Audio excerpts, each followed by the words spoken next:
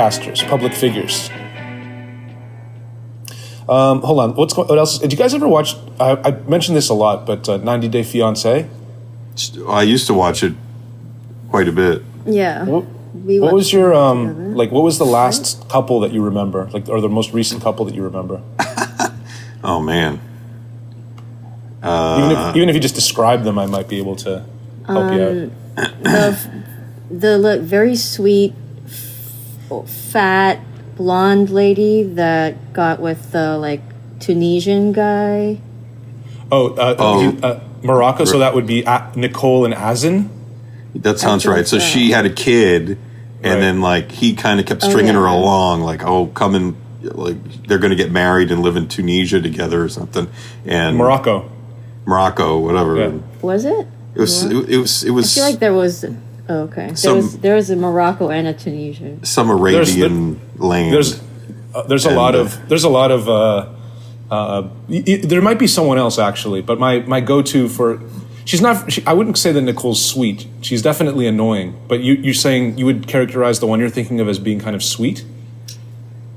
Yeah, just the way she talked. She's very soft-spoken, and that's what I remember. But that was a while ago. Also, just extremely naive. Yeah, just so easily manipulated, and it didn't matter what bullshit this guy. Obviously, he had no interest in her and was just stringing her along. Was he kind of ripped? Was he kind of like a muscle guy? I don't recall that. And this lady was sort of overweight, blonde. She had a sweet little 5-year-old girl. Yeah, it was probably Nicole, but Nicole wasn't a little overweight. She was morbidly obese. She was very large. Yeah. Yes. And young too, I think 19 or 20. Right. Oh, really? And I don't really know what happened with that, but I just remember it was pretty sad.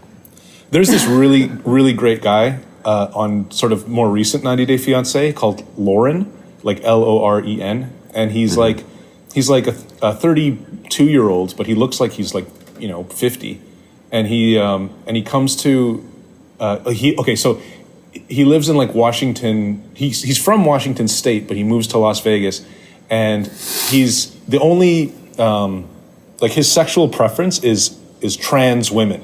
So that was the guy. That was the clip you sent me. Right. Of the guy who was going to the Philippines with the quiz that he was giving to the trans. Right. Person. But and then he gets gonorrhea, and he's like, I got gonorrhea, and she's like, oh, that is the disease of whores, and he's just kind of no, it's fine, it's just one shot and it goes away. But there's this thing that they have at the end of the season where they have the tell-all, and they all sit in sort of a studio, and yeah, I remember that. Right, and he's sitting there, and there's there's that sort of sexy black lady who's kind of the host of everything. Yeah. And she's like, so Lauren, we found out some information that actually you didn't go to the Philippines originally to meet Faith. It turns out that you were actually going to meet someone else. And he's like, yeah, I actually met someone before Faith, and she was also said that she was a lady boy, and I was very excited to meet her. But then shortly after I bought the tickets, I got ghosted, and then the lady's like, oh, so then Faith was your second choice? And he's like, yeah. And he's like, well, so what happened with the first girl? And he goes, oh, it was a pyramid scheme. And it's she's like, what do you mean? It's like, well, she just invited me to come over there, but then it turns out that she wasn't really who she said she was. So yeah, it was a pyramid scheme. And it's this guy just is saying pyramid scheme and not knowing what it means. He just thinks pyramid scheme means when someone lies to you. Right. So I'm going to start saying that from now on for everything, because I want to be like that man. Don't pull your pyramid schemes on me. Yeah. Well, is this some kind of pyramid scheme? So fucking hilarious. That's the kind of shit you can't write, man. That's the kind of stuff that you just need to embrace and cherish as being, these little. Well, sometimes if somebody's if somebody's that stupid in a fictional, movie or book or something, it's almost like you have to explain how. It's not something you just kind of let go. You'd have to explain this person's extremely stupid, and they mix words up all the time. They don't really understand what words mean. Right. like it's not something you could just kind of like have a character say and then just like let go. Oh no, Johnny, it's sort of because then you're kind of like, is the director stupid and doesn't know what a pyramid scheme is, or is this character stupid? No, I'm not talking about sort of mining reality for things to use in stories. I'm just talking about just enjoying life, just enjoying when someone's stupid like that, you know. And then other things too, like when he gets to the Philippines, he's like, I need to change my money. And it's like, you know, well, how much do you have? He's like, well, I better change all of it. And he ends up having like $43. Like that's all of his money. Like, he wants to change $43 to Filipino pesos. And he's like, this is amazing. I can finally take my girlfriend out on a date and I can get her whatever she wants. And it's like, he doesn't have a job. He doesn't have like any kind of prospects. He's kind of a weird looking guy because he looks very, like he's very clean cut. Right. Like he looks very sort of clean cut and normal, but he's clearly mentally disturbed.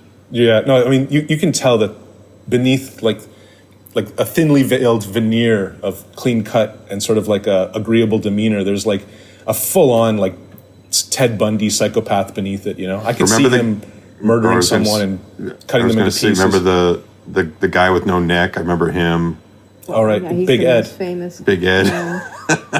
And he goes down to the Philippines and then like him giving a tube of toothpaste to his intended, and she gets completely like upset and tries to explain that she has like some kind of stomach problem that causes her to have horrible breath. Well, she has a stomach ulcer, so yeah, like it's no matter of oral hygiene is going to change that because it's coming from deep within, you know.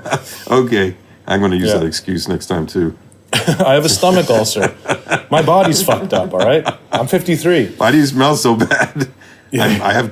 I'm dying. I have a horrible disease. It's a medical condition. You want to just change this podcast to a 90-Day Fiancé podcast? Yeah, let's just pivot. Yeah, I think that's a good idea. It's definitely more fun. I've already tried to make this into a Star Trek podcast to no avail. Oh, I can't help you there. I know. Well, we did watch a couple movies though, and you know, I'm really curious to know what you thought of Limbo because I watched it again last night, and I was like, damn, this is some real fucking good shit right here. I thought Limbo was fantastic, and I don't know what you have to say about that, but I'd love to hear it. You want to talk about Limbo first? I think so. Okay, I can talk about Limbo. Here's my cue to quietly slip away. No, just stay here. You're gonna. No, you can just clap on whose opinion I'm on a is that. deadline anyway. Right. Oh, he's gonna disagree with me. Fucking Johnny's gonna disagree with me. Okay, let's hear this. Let's hear this fucking shit now. All right, bye guys. Bye, Susie. No, I'm not going to fully disagree with you. I think it was good. I just think that it wasn't as good as I wanted it to be. I thought it looked fucking great, and there was definitely like great moments in it. Yeah. It actually the whole black and white thing sort of surprised me. I wasn't expecting that because I didn't read anything about it. I didn't know anything about it other than what you told me. You told me to watch it. Mm-hmm. But the look of it actually, you know, because it really has this look of just like focusing on all the garbage in Hong Kong, the bric-a-brac. Just like every street just looks like a homeless nightmare of garbage and tents, and it's just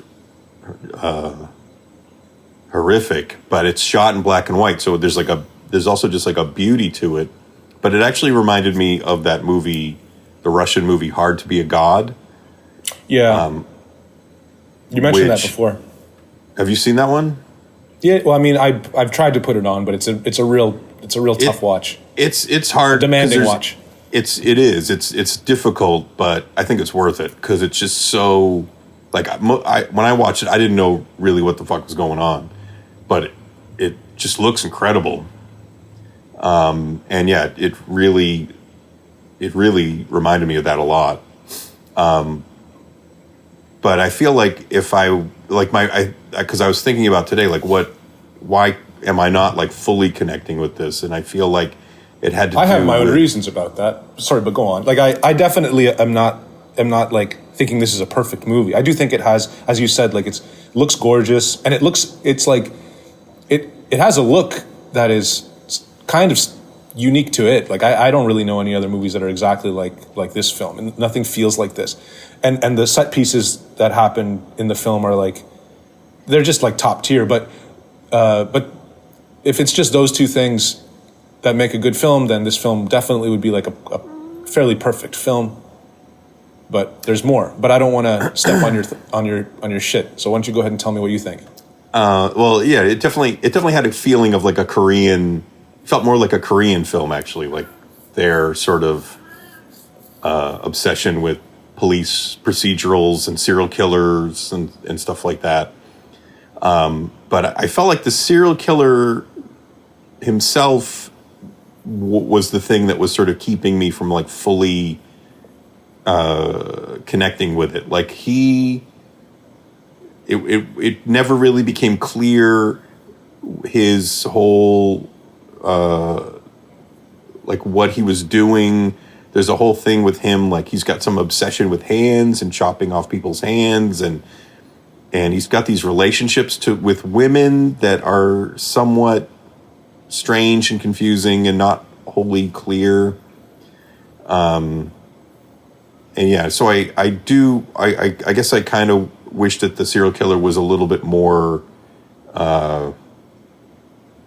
easier to he just seemed kind of confused. And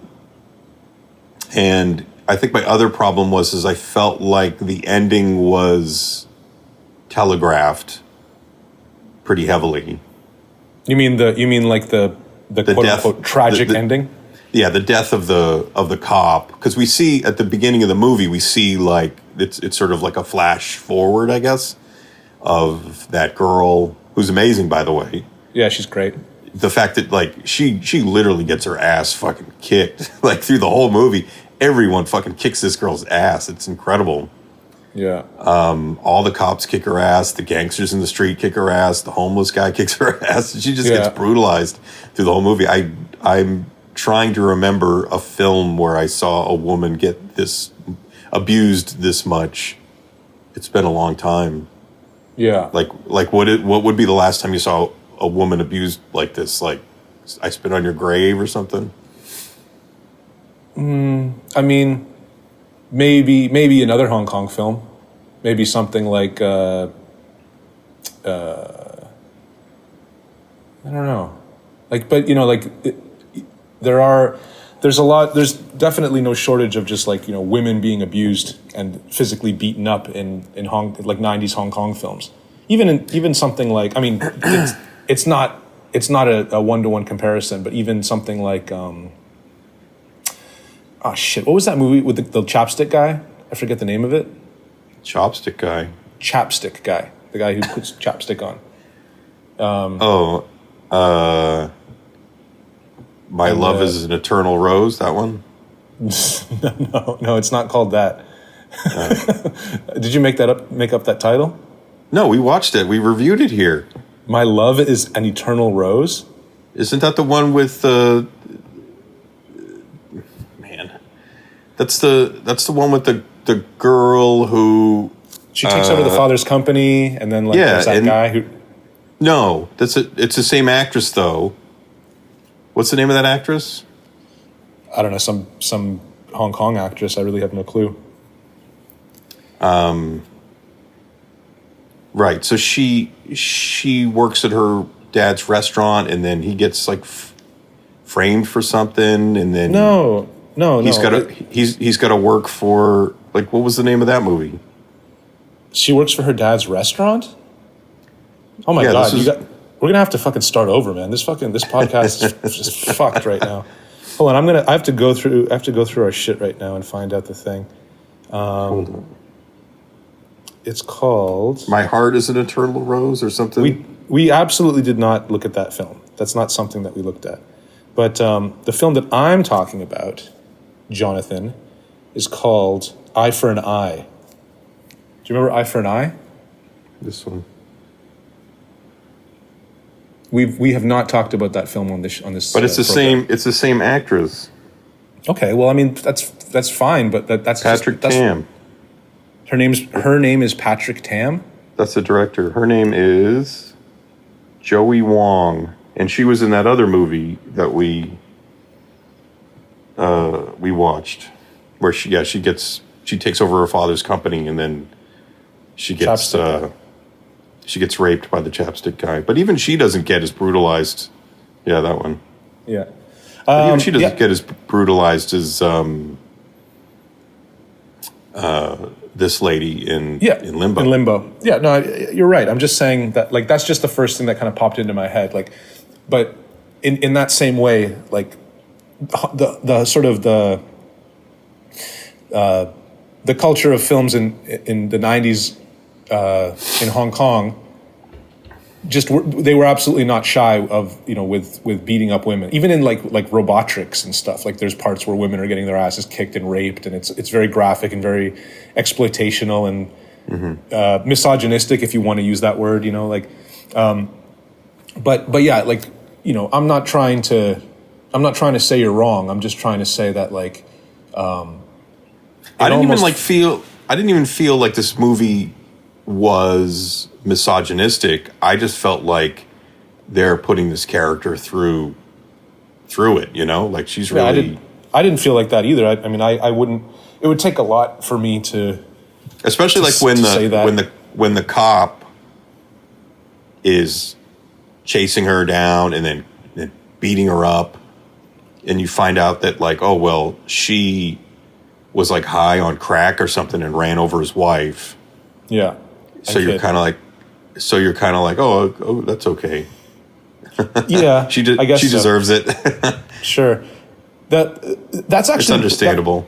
That kind of brings me to sort of my gripe with the film, because, like, it is, so much is done right in the film, but then I find it to be like, it's one of those films, and I see this sometimes with.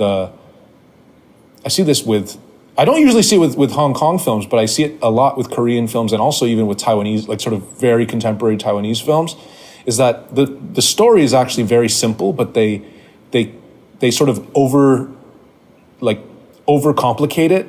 Right. It's like the story is very simple. What's going on is very simple, and everyone's motivated by very simple things, and what's happening is very simple. But they try to make it into something that's a lot more Baroque than it actually is.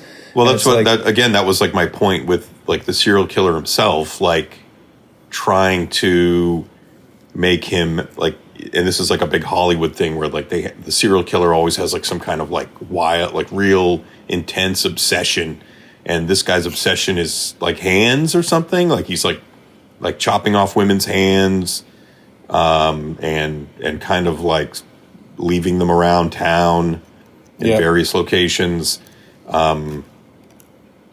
And you never really get a grasp on, or at least I didn't get a grasp on why he does that. Because he's Japanese. Oh, okay, that makes sense now. Honestly, honestly, if you just posit that in a film, like in a Taiwanese, in a Hong Kong Chinese film, just make the guy Japanese, then it's kind of like, oh, that's why he's like that, like, right.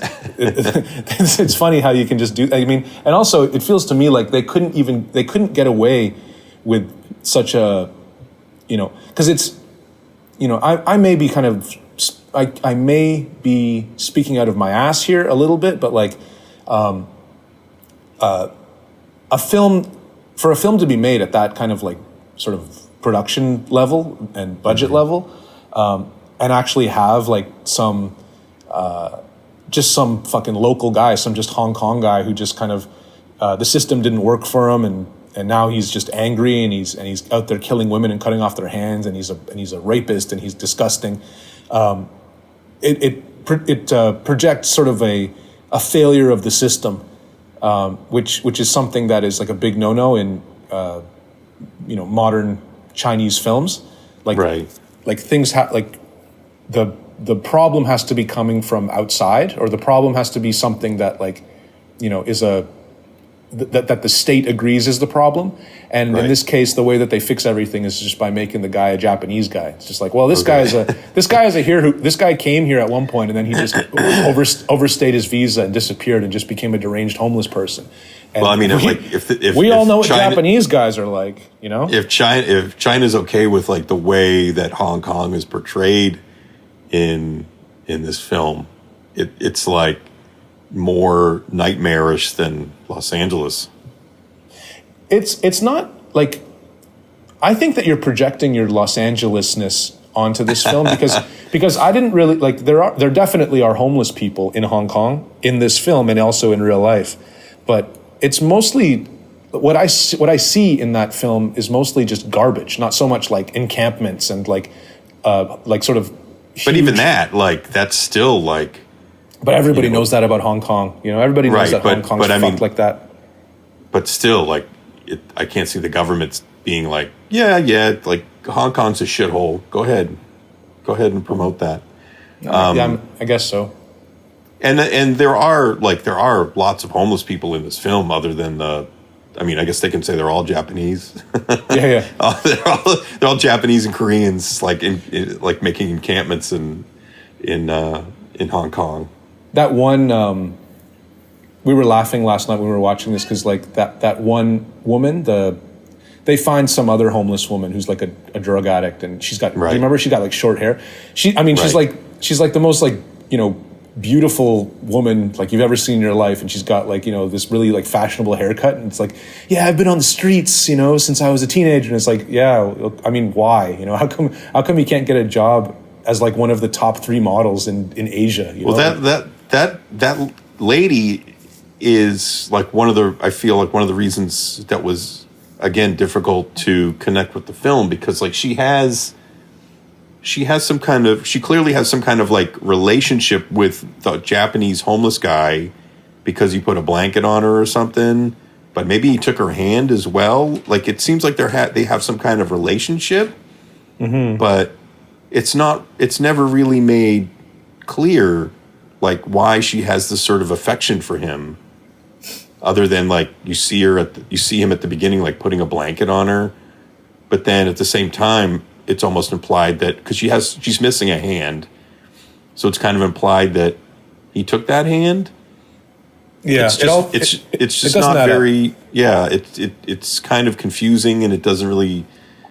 Yeah, just like as I said, like the killer's modus operandi and just his whole purpose just is very confused and strange, and doesn't, like you said, doesn't really add up. I mean, it's not horrible. It's definitely better than like the long legs killer, but it's still it's still a little off, and it kept me from like really connecting with the film.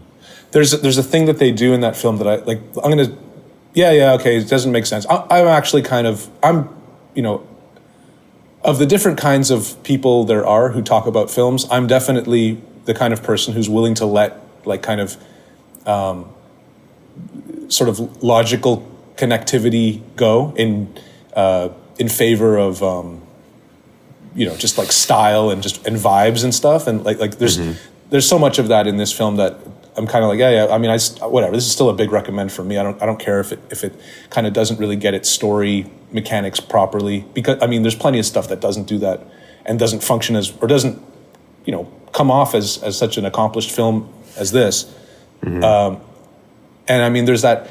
Well, you know, I guess I'll go through it. Like, you know, there's that scene where she's fighting. Like she gets brought in as like sort of a witness. You know, like you know.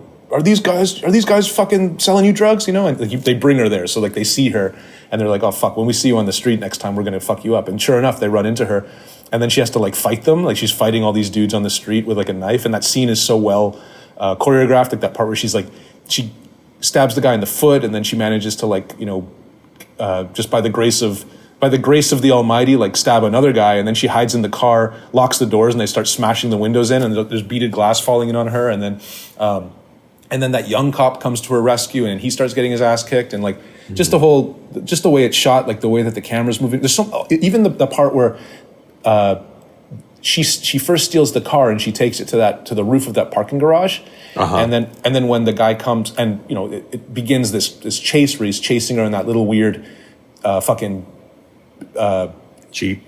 Just one of those weird Hong Kong like Mitsubishi, like it's like Mitsubishi only makes like vehicles for like the Asian market, and it's these really funny stout little Jeep looking things. And anywho, he's chasing her around that thing, but just like the way that scene is shot of her like going down the stairs on that parking garage, and they're using like a crane or maybe even a drone or whatever. It's fantastic. It's so well. To say something is so well shot is something that people just say about films who don't really understand what that means. But like this one actually is very well shot. Like the conceptualization of how they're going to fucking show everything and how they're going to define sort of the space of like where things are taking place and really give you a good sense of like where things are at what time and like that kind of stuff is something that's actually very difficult to do, and it's really done well in this film. And then there's this other thing that happens in Limbo where at moments of like sort of intense decision, they'll do this thing where they cut out the character and then they kind of repeat the character enlarged in the background. At first, like I was kind of like, what's happening here? Right. But then I saw like, oh, that's like he's doing this sort of effect where it's like somebody's like in some kind of extreme emotional, somebody's having some sort of extreme emotional moment, and they kind of like double the character's image behind them, or sometimes triple it. Right. And I mean, it is a little kind of like off-putting at first because it's like, oh yeah, we're going to use sort of an abstract an abstract visual motif, but it's sort of unprecedented. Like we haven't really seen this before ever in a movie. No, I like that stuff. Yeah, me too. I think it's like it's kind of like what's going on? Like for a second, you're like, what's going on? But then you're like, oh, okay, I get it. Like it just takes a second to kick in. It's kind of like the equivalent of like when you'd watch a Shaw Brothers movie and the fucking camera like zooms in on somebody's face real quick, or like those little tricks they used to do in 70s action films that are have become kind of comedy staples over time. Right. Like they've been used so often that finally they just kind of like become like almost comedic. I feel like this is sort of, and I like those things. I miss that a lot of those types of like zooms and like the way, like moving the camera during like those moments. I like those things during those movies. So it's fun to see like a new version of that. Yeah, or even something like the John Woo, like 12 frames per second, slow motion, right? Where everything is just like tick, tick, tick, tick, tick, kind of moving like that. Like that's something that probably the first time it was used, people were kind of like, huh? But it's just been used so many times that it's like oh yeah, that's this just is part of the fucking film language. But anyways, right. I mean, Limbo is really fucking cool. It's I'll say it again. I think that when I say that it's a simple story, but it's like somehow overcomplicated. Right. I really mean that. Like, I really think that if this was just a lot more, if this just was just about a crazy guy, and I mean even the thing where they start from the beginning, like they start at the end of the movie. It's like, what? Like, why? Just start from the fucking beginning. There's no reason to kind of confuse things like that. Yeah, I felt like that was, like I said earlier, the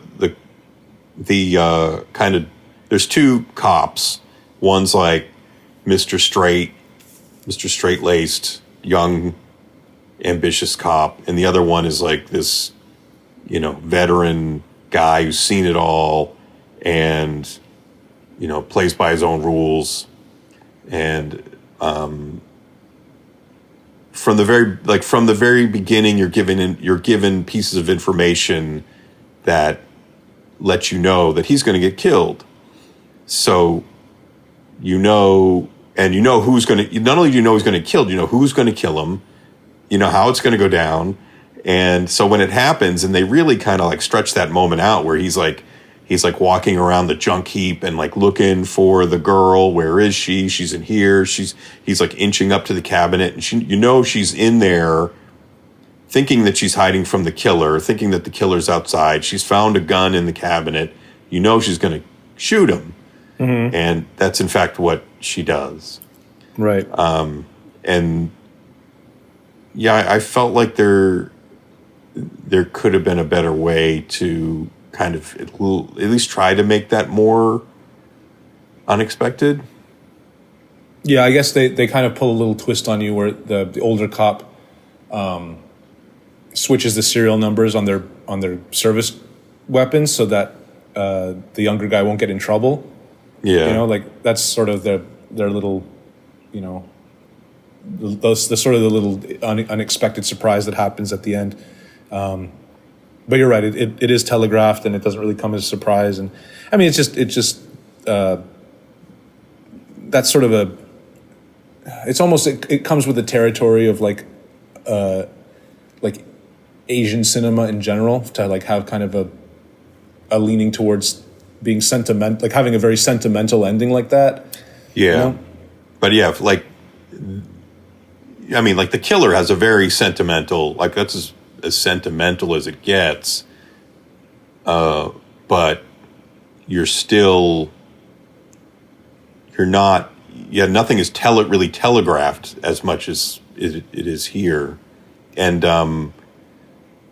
yeah, like I feel like I kind of went back and forth where while I was watching the film, where at one minute I was feeling like I'm having a hard time, like like you said, this does feel overly complicated, and I was having trouble connecting with it. But then there would be other moments where I was just it would just completely sweep me up, and I was completely invested, and just great fight sequences, like you mentioned, the one with the girl, and she's being attacked by the gang that she snitched on, and she's hiding in the car, and they're just all fighting. That's fantastic, and the final fight with the homeless guy too was also extremely.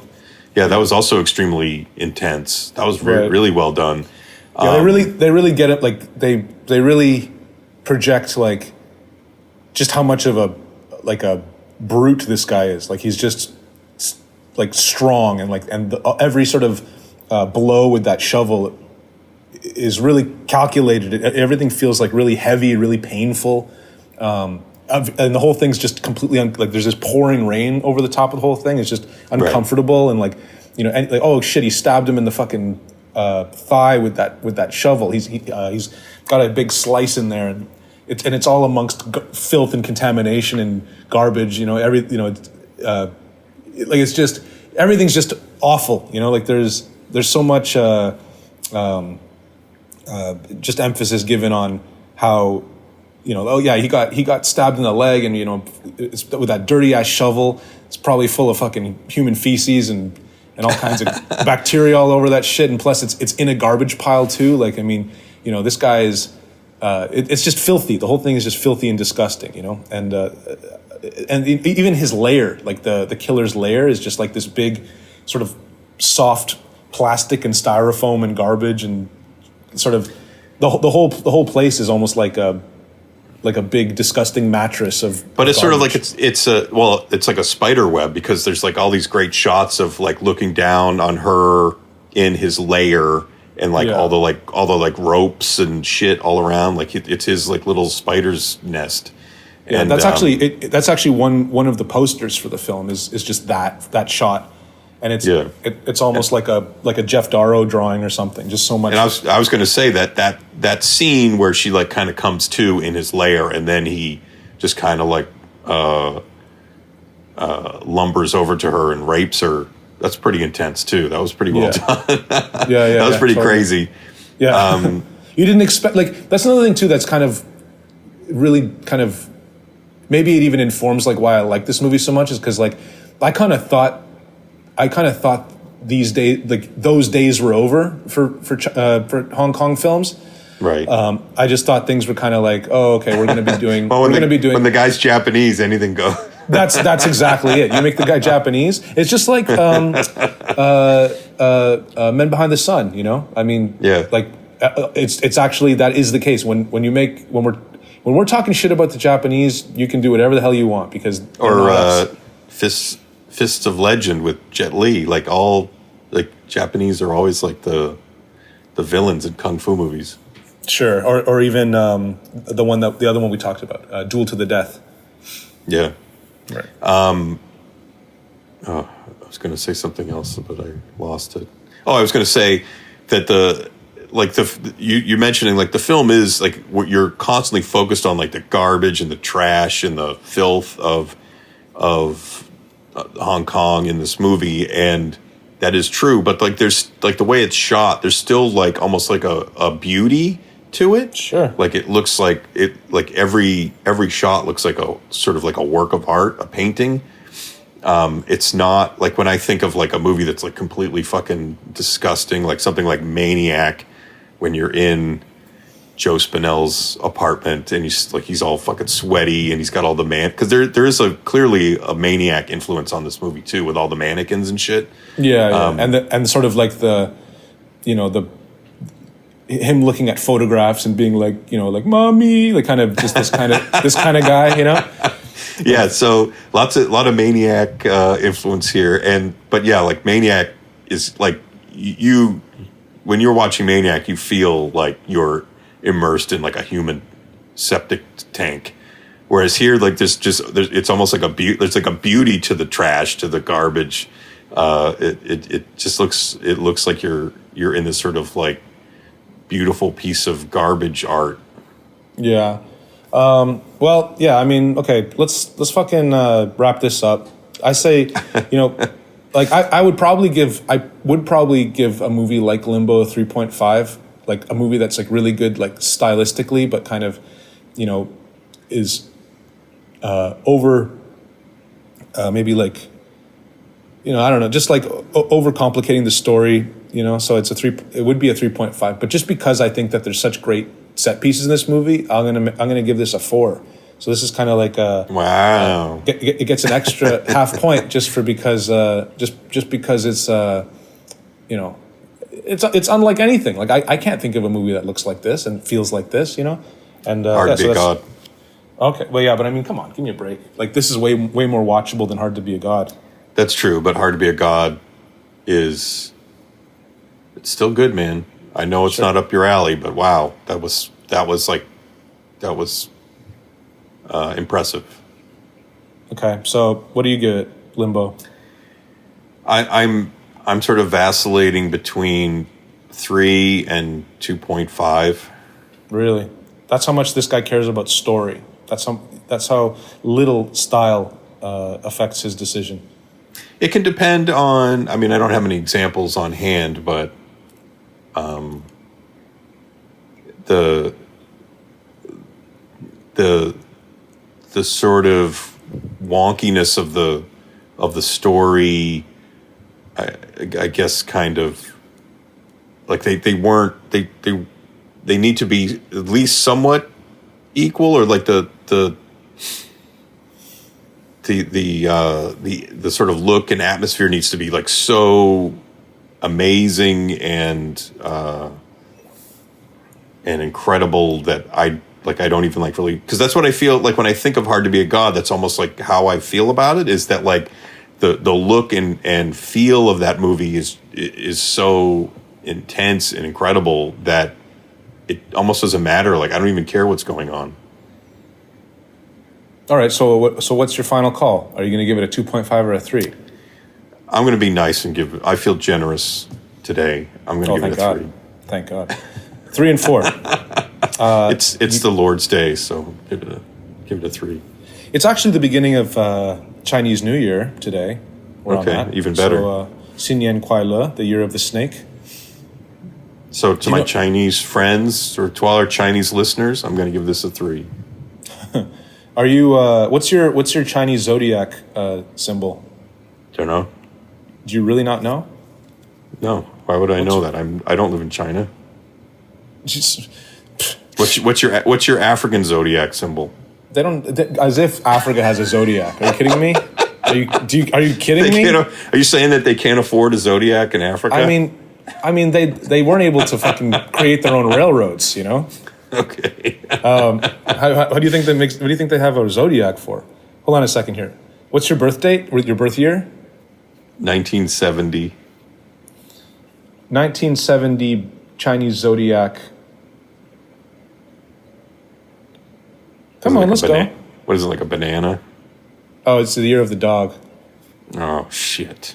That's okay. Dog is a very loyal animal, but also anxious. And he usually holds very firm views and beliefs and is the champion of good causes. So it's inaccurate. Yeah, that's why you've been trying to raise money for all the victims of the Pacific Palisades, of the fires that James Wood started in his house. Well, these fires have been started by homeless people. And I did like that about the movie. That was one thing I did like, is like making homeless people villains, because they are. We were just talking about, in a very sort of preliminary, cursory way about, like, you know, the prospect of a film where, you know, homeless people are bad. One of the things that I always thought was kind of funny and a little bit scary about LA is just how how ripped homeless people are in LA. Uh-huh. Just people scary. Just people on like Hollywood Boulevard, or if you go even like east, like away from like the fucking, you know, the Strip. And you just see sort of like the canals and stuff, and just people kind of under bridges over there, and you look down and you might catch a homeless guy down there, and he's like, he's fucking ripped. Like this motherfucker is just all day running around and like just being physical and stuff. And he's like, if you eating garbage, just eating garbage, just eating like fucking Slim Jims, you know, and stuff, and like, you know. And then sometimes you'll just be standing around, and then you'll see some guy like yell, like he'll see someone he knows and he'll yell at them, and then he'll just like bolt across the street, and he's like the fastest guy you ever saw in your life. Like he's just moving so quickly, and you're like, man, if that guy like had a problem with me, he'd fucking chase me down in like a second. You know, I mean, I guess I can run, but I can't run as fast as that guy. So yeah, like I'm in Echo Park right now, but like when we walk, there's like some homeless people that live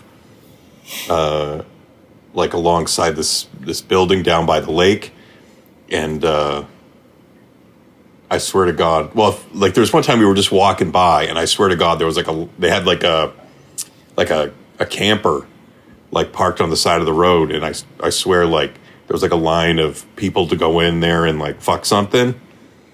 Because then I was driving by there, which is in itself is creepy. But then I was driving by there one day, and I swear, like I saw like a blue, like I was looking inside the camper, saw like a blue screen, like they're making movies in there or something. Oh, that's amazing. Like homeless people making like Videodrome type. Yeah, like experimental pornos with like video effects, like Max Headroom, like homeless porn. They're always up to something fucking horrible. And then oh man, like Hellraiser, the fucking homeless guy in Hellraiser has to be. He literally could be like up for the scariest fucking dude that's ever been in a movie. Oh, the cricket whenever eater? he just like when he just kind of like he looks like completely disgusting, and he's got like these piercing blue eyes, and he's just staring, and then he just fucking grabs a handful of crickets out of the pet store cricket bowl. Yeah, and starts munching on it. Like it was just like it was so just like that to me is like the most disturbing moment in the whole movie. I think that maybe nostalgia has a part to play in that idea. But let me think for a second here. I mean, but more scary homeless movies, Hollywood, please. Well, I mean, you know, be like Gandhi, be the change you wish to see in the world. I was thinking, just kind of, you know, in my free time, that what was the one? Was it called Darker Than Amber? The film that we talked about. Darker Than Amber was with like where the guy Rod, the one with Rod Taylor. He was like the yeah, that Australian guy, right? Yeah. Like I really like the idea of like just a fucking like a strong, just a strong dude, like just the strongest dude is like the bad guy, you know? Like just it's so simple and boneheaded. Like I like the idea of like you know, people just like taking crazy amounts of like, you know, amphetamines and steroids and eating garbage, and then there's really nothing like one of the best villains of all time, the great humongous in Road Warrior. It's fucking great villain. He's totally ripped. He's got the mask on, so you don't really know what's going on facially. Yeah. But yeah, just a villain with like Schwarzenegger style muscles. It's always just like it's striking. It's just a very striking, exciting look for a villain. Yeah. Perfect example of that is because you know, I'm trying to think. Yeah, I mean, it is cool, but what makes it really cool? And what makes it really cool is when you just see him like abusing it, because that's almost like a line that you can't step over. Is like in terms of like, I guess a Hollywood movie is like when you have someone who's really strong like that, and they just abuse their power to like a vulgar degree, like beating up a child. Or something, right. or raping a young girl, and when we see that in Red to Kill with the villain in that, like he's this ripped dude, and he goes after like mentally challenged like you know, preteen girls, you know, and then they show you like these graphic rape scenes. By the way, the Error 4444 Ultra HD disc that I got actually has the blue tint. There's two color timing options. One of them is the original that puts a blue tint over all of like the graphic scenes, which makes the show. I don't know if I've told it. I feel like I've said this before on the show. It doesn't really matter. I don't remember that. I'll say it again. What they did originally is they put a blue tint over everything so that the shadows become darker. So like in the more kind of in the nooks and crannies, like it just appears black, so you can't really see a lot of like the more graphic stuff. But in the remaster that they offer in the package is like they've taken off that blue tint, so there's a color time option that just has everything shot at the same temperature the whole time, so it makes the graphic scenes like even more graphic. I remember watching that film when I was I had just gotten some bad news actually about Crossed. I originally, when I went after the job, I didn't get the job, and then I ended up getting it kind of again. They came back to me, but I felt like I had bungled it. I was like, fuck, what the hell am I going to fucking do? I haven't worked in a while. Now I don't have a fucking job.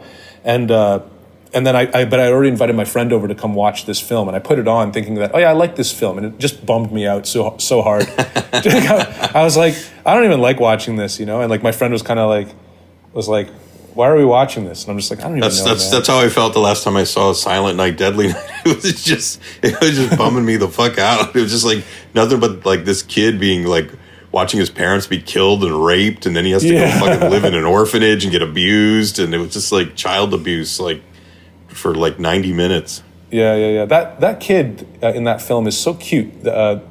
In that scene where his grandfather kind of like comes to life, and he's like, Santa Claus, he's gonna get you if you're not. He's gonna kill you. He's gonna cut off your penis with scissors. You know, whatever he says. And then yeah, like that scene where the actress who plays his mom, and the killer Santa Claus rips her shirt open and then slits her throat. That actress was in a movie called what's it called? Is it called The Night Killer or Nightmare Killer or something like that? I don't know. You should watch this. This is a really funny movie. I'm gonna actually just remember the name of it. I think it's called Night Killer movie. It's like what's his name? Oh shit. Claudio Fragasso movie. Claudio Fragasso is like Troll 2, and like he's kind of right. He's kind of one of those directors who's just known for kind of sucking, but at the same time, like so he did like Absurd, right? Like Absurd is a good movie, 1981. Right. Yeah, so I think that's probably like his best movie, the one that kind of like doesn't outright, like the one that's like not outright silly. But you should really watch this movie called Night Killer from 1990. It's sort of like it's a little bit of a meme. Like a lot of YouTube horror people will be like, "Oh my God, you got to check it out! It's hilarious! You know, it's so bad it's good," kind of thing.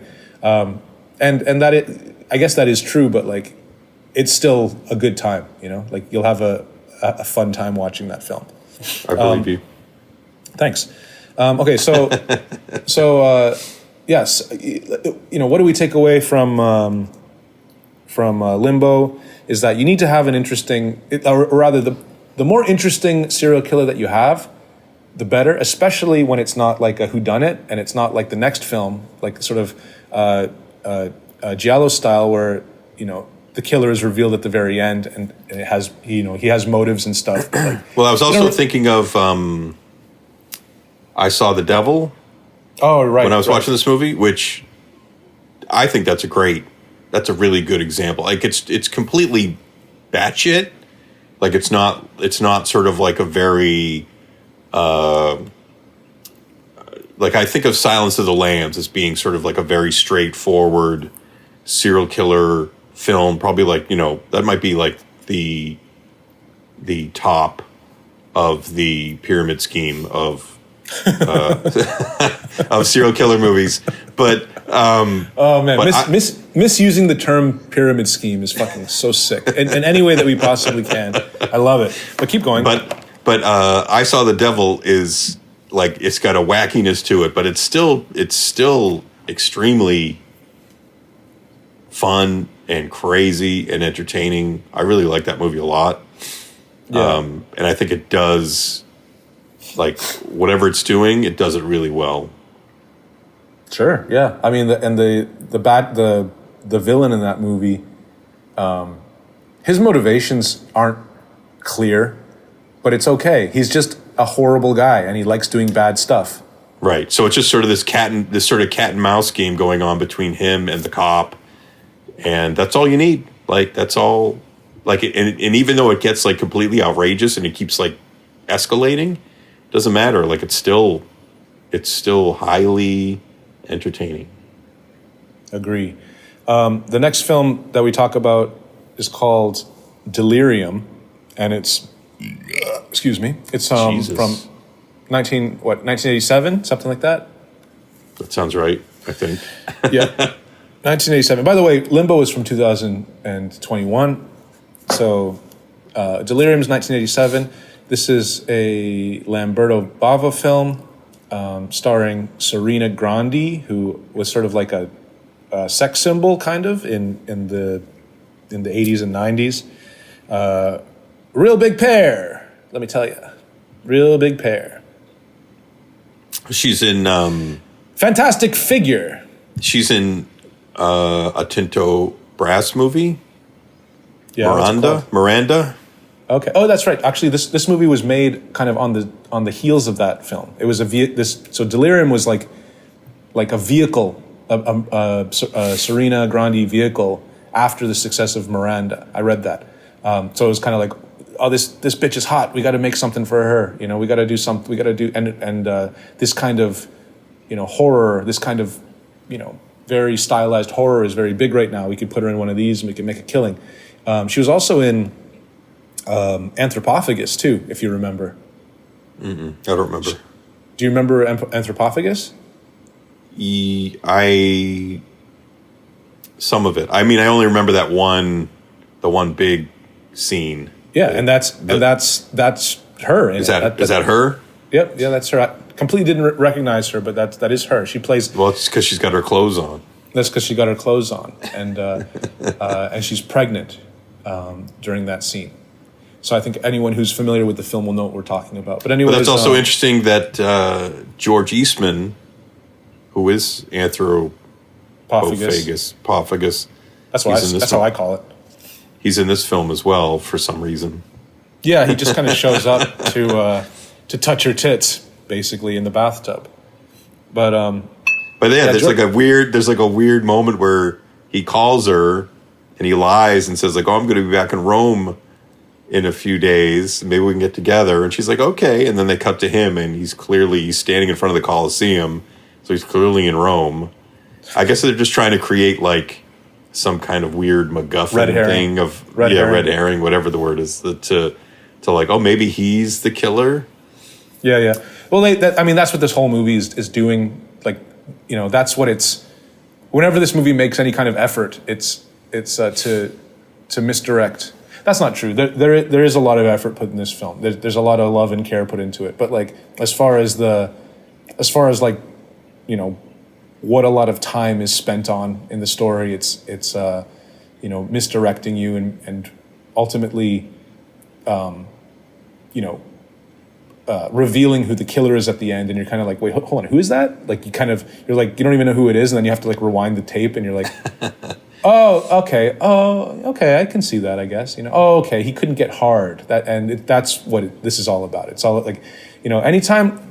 Good rule of thumb, everybody out there. If somebody in an Italian film like this can't get hard, if there's any kind of like sort of allusion to sexual dysfunction, they're very likely the killer.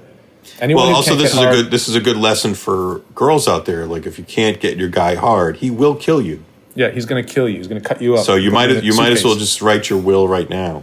Get your papers in order, because you're going to get murdered. You either write your will and testament, or you get that dick hard by any means necessary. Get your man hard. It's either death or get your man hard. Keep that pussy clean. You best keep that pussy clean. I was going to say that Delirium is kind of at first, when it first starts out, it's really interesting because they do this thing where the killer sees the victims as monsters. And this happens only twice in the film. Right. And it feels like it should happen at least 3 times, you know, just sort of the rule of threes. But it feels like the movie was supposed to be something else when they started, and then it just became something totally different. But yeah, those moments are like, maybe they had, like, maybe the producer's son like was a real good, like, they were like, this, hey, my son, he's a good makeup artist. Give him a break, Lamberto. Gotta give him a break. And so they were like, all right, let's see what you can do. And then like he did the eyeball woman and the bee woman makeup. Right. And then like maybe the kid was just like, I don't like doing this anymore. I want to go home. And they were like, all right. Yeah, he got sick and tired of it. What are we going to do with all this footage? I guess we got to keep it. But yeah, there's no rhyme or reason why these women are sudden, like, we're suddenly like transported to this fantasy world where the women suddenly have completely monstrous heads. Yeah, like it's almost like they turn into like walking mad balls or something. Sure. And the eyeball one is 100% like a mad ball.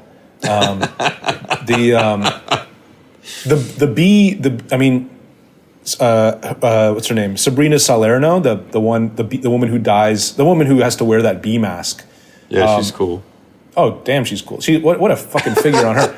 I tell you, dude. Like, I'm just happy that, like, you know, they kind of get the bee head thing out of the way, and then afterwards, like, you sort of watch her kind of, you know, just go mental, like pretending there are bees while they blast fake bees at her with, like, I guess a high-powered fan. And she's what's interesting too is that, like, that one at least kind of makes sense because, like, she's got the bee head, and then the killer just unloads all these, like, killer bees on her, and she gets killed by bees stinging her to death. Yeah. So at least that one, like, kind of like it seems like that's like, well, okay, that somehow like plays into the whole thing, whereas the first one where the girl's an eyeball head doesn't make sense. It doesn't make any sense at all. No. But, I mean, I'm not complaining. I like that makeup. And also, I like actually that slow motion stab with the pitchfork into the pool. It's nothing to complain about. The movie looks great. You know, I was sitting... I think Vinegar Syndrome is the one who released the the special edition of it, and if you can get your hands on that, it's pretty, just the way that it's colored and just sort of the set, like the set dressing, like just the way that some of these like apartments and kind of villas are decorated, or like it's really just kind of a product of its time. It's kind of almost worth watching just for that aspect of it, like this sort of, mildly kind of erotic, because the movie takes place within the context of it's a gentleman's magazine called Pussycat, and this Serena Grandy's the editor-in-chief right. of Pussycat magazine, and I like that. I also like that part of the story too. I like a lot of this. This is something that happens in a lot of Italian films. It was going on in Ratman as well, whereas like there's some kind of pornography industry going on in the background, like a photo shoot, magazine shoot for like a very risque magazine. Yeah. This is like a business that appears, I feel like, in a lot of, like, Italians love this type of stuff. Like, this is like a story point. Right. Yeah. Yeah. I wonder how you do that. I mean, you just can't do that anymore. It's kind of like how cell phones have ruined everything. Like, there's so many movies you just can't make anymore because, why wouldn't you just call someone on your phone, or whatever. The same way it's like, you can't make this kind of movie anymore because like the pornography industry doesn't really exist anymore. Now it's just people doing it by themselves, like through something like OnlyFans. And I mean, I'm not even sure, like, if there's, I've mentioned this before to you on the show that, like, I'm the only porn that I really watch is like porn from like the 90s and like early 2000s. Like, that's the only porn that I like. All the like newer porn I don't like, and like older porn I'm not really into. It's just this particular period of time. But like the those kinds of operations, like those kinds of like, I don't know, like Vivid Video, like, and then like sort of later like Bang Bros or Brazzers and stuff. Like, I mean, do they still even operate? Like, I mean, it feels like something like OnlyFans just kind of eliminates any kind of need for that kind of thing, like. Well, if anybody wants to call in and let us know, is Brazzers still around? Let us know. No, I mean, it reminds me of like something like the comic book industry, where it's like, as people stop being interested in comics, the only things that really remain are, Marvel and DC, and they basically just stay around as like incubators for their fucking terrible movies that they make. Right. And then things that are like super, super fucking like niche, like, say for example something like Fantagraphics, or like or the publisher the French publisher that you publish with, the Mansion or whatever. Mansion Press. You're right. They, like, these are, mom and pop operations basically. Right. Like, and they kind of just operate just for the love of the game. But everything in between, like Avatar Press. I mean, maybe Dark Horse is like hanging on. I'm not sure how well they're doing these days. Valiant Comics is fucking done. I don't know. All that shit. Is Image Comics still around? You're asking the wrong guy. Right. Well, the point that I'm sure, just like, I mean, Image Comics says Walking Dead, right? I'm sure that's fucking enough to keep them around. Maybe, I don't know. Maybe. But that's the thing. People like the show. Who the fuck's buying the comic? Like, who's actually? I don't know. I mean, yeah. I mean, I guess just enough people to keep it going. Maybe. Let me take a sip here. Delicious. What am I talking about? Oh yeah. So yeah, the pornography industry is kind of the same thing, to some degree. And you know what else is funny? Like, do you remember how like Cracked magazine used to be kind of like the other satire magazine, like Mad Magazine for kids? Sure. Yeah. And then Cracked turned into sort of like Cracked.com, and it was like it was completely different. It was just kind of like some guy giving, telling you about why, like what like here's 10 interesting facts about Napoleon that you probably never thought. Right, of, it's like the 10 creepiest hotels in Europe or something. It's like, what the hell? What was the name of the cracked guy? It was like Sylvester P. Smythe, yeah. Yeah. Yeah. And then there was Crazy. Remember Crazy? I do remember Crazy, but that was actually very rare and difficult to get. I liked Crazy more than I liked Cracked. But not more than Mad. Oh, no, well, no. Mad was top of the pyramid scheme, but then came Crazy, then came Cracked after that. Yeah. I liked Cracked because Cracked had an annual monster special. Uh-huh. And I always really was just appreciated that they would have like a double-sized issue that was just all all horror movies. But the writers Crazy. were so great. Crazy had, especially like I think at some point Marvel took over Crazy, and they had this regular feature called Dirk McGurk, where it was just literally like this kid who was like he would write like he had like he had to write like a school assignment he had to write a report about like Abraham Lincoln, and so he was just sort of like making up bullshit about Abraham Lincoln and his life, and it was just all horse shit. And then like the teacher would be commenting on like what he was saying, like, see me after class, this is wrong, like just like this, you're an idiot. Mm-hmm. And that was my favorite stuff. I love Dirk McGurk. Well, it sounds great. Call in other Dirk McGurk fans. Yeah. I guess you had to be there. But regarding Delirium, we eventually find out that the brother of Serena Grandi's character is the killer, and it's all motivated by him wanting to fuck her. Which is cool. You know, we always like incest in a movie like this, sexual perversion. It also, I think that's also kind of telegraphed too, because he is kind of staring at her for a lot longer than he should. So you keep sort of expecting like, okay, what's this going to happen? And I mean, at some point he seems to get killed. So you're kind of thinking like, well, I guess he can't be the killer, but he clearly has the hots for his sister, and that's sort of revealed from the beginning. Yeah, and then also there's that neighbor who's in a wheelchair. He's amazing.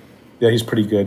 This is, if there's one thing about this movie other than just sort of like all the hot fucking pieces of ass running around, that's gonna draw you to it. It's gonna be this character in a wheelchair who's constantly making obscene calls to Serena Grandi. But his calls aren't like they're not like. They're not anonymous. Like he calls her and he's just like, hey, it's the kid in the wheelchair across the way. Boy, you sure look hot today. Man, I want to come over there and fuck the shit out of you. And she's like, oh, I can't remember what his name is. Oh, Sylvester.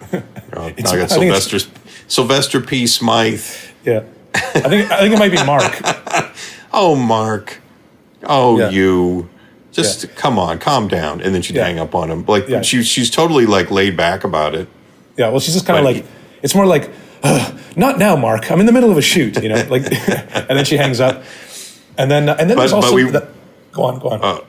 I was going to say we really get to know Mark and like his whole life and his parents and his relationship to his parents, and it's almost like we only know we're learning all this stuff just so we can think that he's the killer, right? That he's like responsible.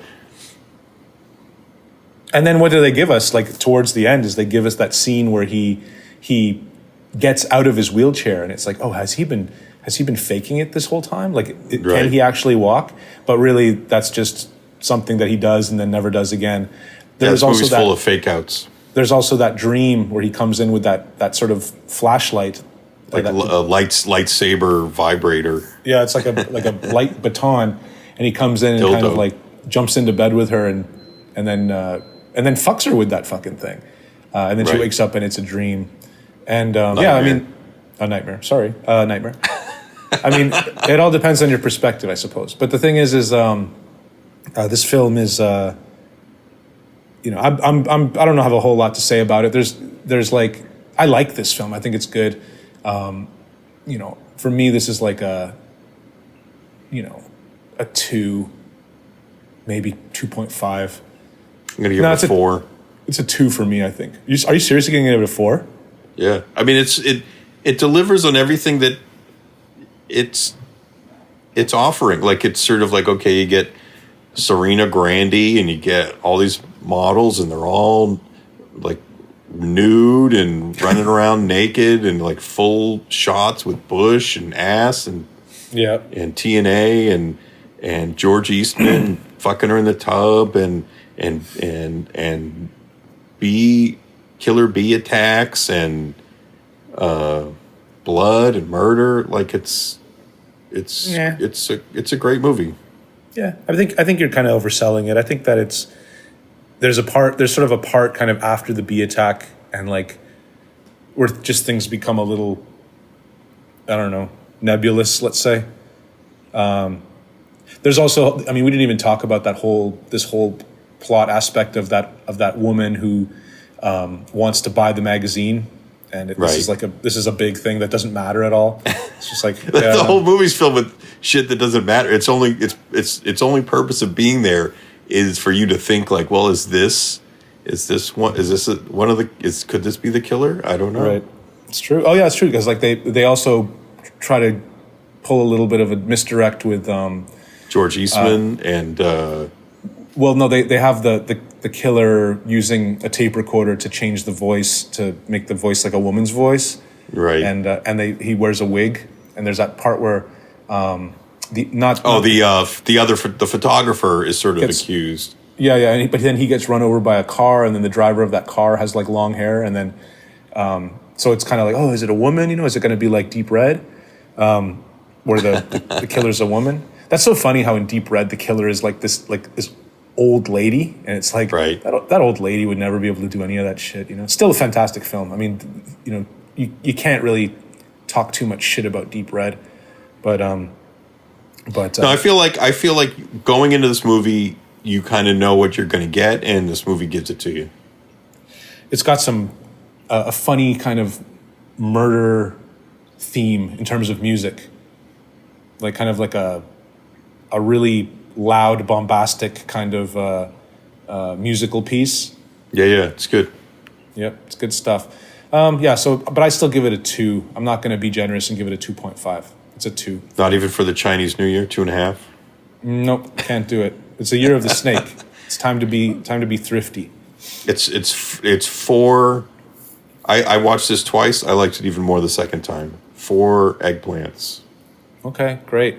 Well, that's the show, everybody. It's time to take a little bit of a rest and enjoy some time with your family on Chinese New Year, unless you're in America, in which case, just shut up and go to work. That's the end of the show. Oh, all right. Bye. Bye.